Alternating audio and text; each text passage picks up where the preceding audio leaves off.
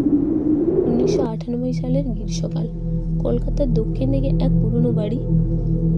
চারদিকের লোক জানতো ওটা একসময় জমিদার বাড়ি ছিল, কিন্তু এখন বাড়িটা অন্ধকার, ধুলোমাখা আর রহস্যে মোড়া। সেই বাড়িতে থাকতেন সুমিতা নামের 30 বছরের এক স্কুল শিক্ষিকা। তিনি খুব শান্ত, ভদ্র ছিলেন। বাবা মা অনেক আগেই মারা গেছেন। কাছাকাছি আত্মীয় স্বজন কেউ ছিল না। তিনি প্রতিদিন সকালে স্কুলে যেতেন, বিকেলে ফিরতেন, হাত মুখ ধুয়ে ফ্রেশ হয়ে জানালার পাশে বসে বই পড়তেন।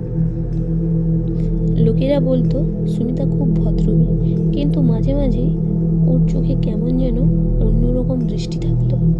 পাড়ার লোকেরা দেখতে লাগলো রাত্রে জানালার পাশে দাঁড়িয়ে কারোর সাথে কথা বলছেন তিনি, অথচ জানালার বাইরে কেউই নেই।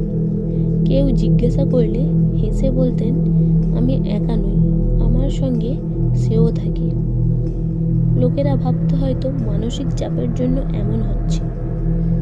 এক রাত্রে বাড়ির পাশের এক বৃদ্ধা মহিলা, কমলা দেবী, টয়লেটে যাওয়ার জন্য বাইরে বেরোন। সেই সময় জানালার দিকে তাকিয়ে তিনি দেখেন সুমিতা জানালার পাশে দাঁড়িয়ে কারো হাত ধরে আছেন, কিন্তু সেখানে সুমিতা ছাড়া আর কেউ ছিলেন না। বাতাস বইছে, কিন্তু সুমিতার চুল একটুও নড়ছে না, যেন সময় থমকে গেছে। 1998 সালের 10ই আগস্ট। সেদিন সকালে সুমিতা স্কুলে যায়নি।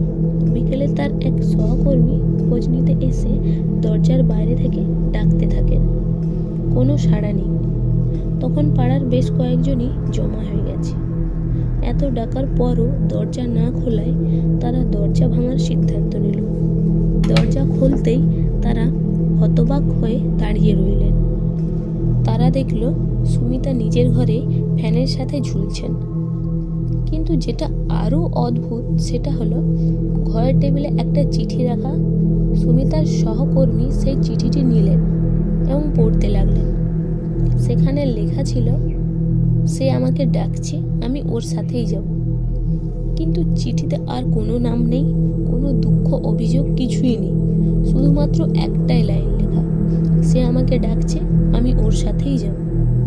সুমিতার মৃত্যুর পর ওই ঘরে আর কেউ থাকতেই চায়নি, কিন্তু বাড়ির মালিক বাধ্য হয়ে ঘরটি ভাড়া দেন সুবীর ও মিতা নামে এক দম্পতিকে। প্রথম কয়েকদিন সব ঠিক ছিল, কিন্তু ধীরে ধীরে অদ্ভুত ঘটনা ঘটতে লাগলো।